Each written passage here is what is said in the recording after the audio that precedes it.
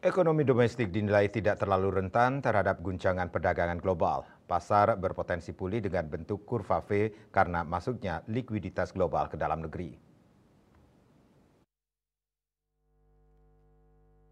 Hal ini disampaikan Head of Research Bahana Sekuritas Satria Sambiantoro.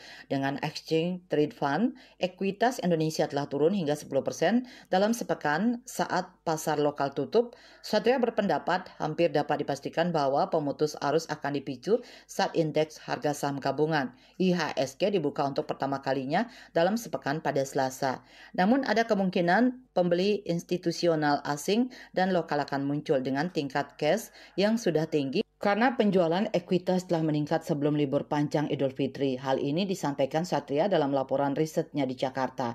Bagi Indonesia, ekspor Amerika Serikat hanya mencakup 2% dari produk domestik bruto PDB yang merupakan paparan makro terkecil di Asia Tenggara, Thailand 11%, Malaysia 10%. Produk Indonesia akan dikenakan pajak sebesar 32% oleh Amerika Serikat. Namun kata dia, hal itu tetap menjadi salah satu tarif impor terendah di antara pusat-pusat tenaga kerja murah lainnya dengan bea masuk hampir 37-49% diterapkan ke Bangladesh, Kamboja, Tiongkok, Sri Lanka, dan Vietnam yang merupakan pesaing Indonesia untuk menarik investasi. Mengingat paparan perdagangan yang minimal, Indonesia sebenarnya berada di zona Goldilocks di tengah harga minyak yang lebih rendah, penurunan suku bunga global, dan latar belakang makro di dalam negeri. Dalam 3 hari terakhir, pertumpahan darah pasar ekuitas paling parah terjadi di negara-negara yang sangat terpapar pada perdagangan global, seperti Hong Kong, Jepang, Singapura, dan Taiwan. Indeks saham di emerging market seperti India dan Malaysia penurunannya kurang dari 8%. Satria mencatat bahwa sekarang pada posisi Rp17.000 per dolar Amerika Serikat.